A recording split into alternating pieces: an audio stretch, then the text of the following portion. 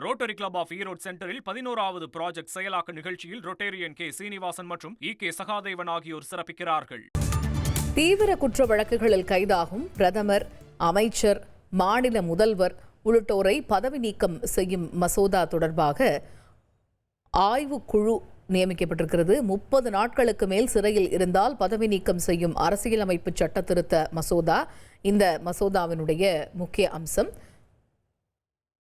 இது பற்றிய கூடுதல் விவரங்களை எமது செய்தியாளர் ரமேஷ்குமார் விவரிக்க கேட்போம். ரமேஷ்குமார், இந்த பிரதமர் தொடங்கி மாநில முதல்வர் வரைக்கும் இந்த உச்ச பதவியில் இருக்கக்கூடியவங்க 30 நாட்களுக்கும் மேலாக சிறையில் இருந்தால் பதவி நீக்கம் செய்யக்கூடிய அந்த மசோதா தொடர்பாக ஆய்வுக்குழு தலைவர் நியமிக்கப்பட்டிருப்பதாக அறிகிறோம். அது பற்றிய முழு விவரங்கள் என்ன? வணக்கம். 30 நாட்களுக்கு மேல் சிறையில் இருக்கும் பிரதமர், மத்திய அமைச்சர்கள், மாநில முதல்வர் மற்றும் மாநில அமைச்சர்களை பதவி நீக்க வகை செய்யும் வகையில் மத்திய அரசு கடந்த மழைக்கால கூட்டத்தொடரின் போது 130வது அரசியல் சாசன சட்ட திருத்த மசோதாவை கொண்டு வந்தது. இந்த மசோதாவிற்கு எதிர்க்கட்சிகள் கடும் எதிர்ப்பு தெரிவித்ததை தொடர்ந்து இது நாடாளுமன்ற கூட்டுக்குழுவின் பரிசீலனைக்காக அனுப்பப்பட்டுள்ளது. நாடாளுமன்ற குளிர்கால கூட்டத்தொடர் தொடங்குவதற்கு இன்னும் 18 நாட்கள் மட்டுமே இருக்கும் நிலையில் இந்த கூட்டுக்குழு தற்போது அமைக்கப்பட்டுள்ளது.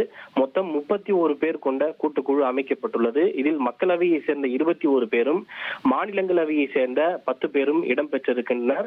இந்த கூட்டுக்குழுவின் தலைவராக பாஜக எம்பி அபராஜிதா சாரங்கி செயல்படுவார் என்று தெரிவிக்கப்பட்டிருக்கிறது.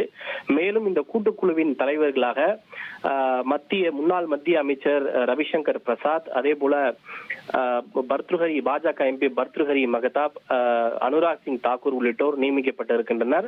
அதிமுக எம்பி இவர் முன்னாள் மாநில சட்டத்துறை, தமிழக சட்டத்துறை அமைச்சராக பதவி வைத்திருக்கிறார். சி.வி. சண்முகம் அவரும் இந்த குழுவிலே இடம்பெற்றிருக்கிறார். இந்த குழுவில் திமுகவை சார்ந்த எவரும் இடம்பெறவில்லை என்பது குறிப்பிடத்தக்கது.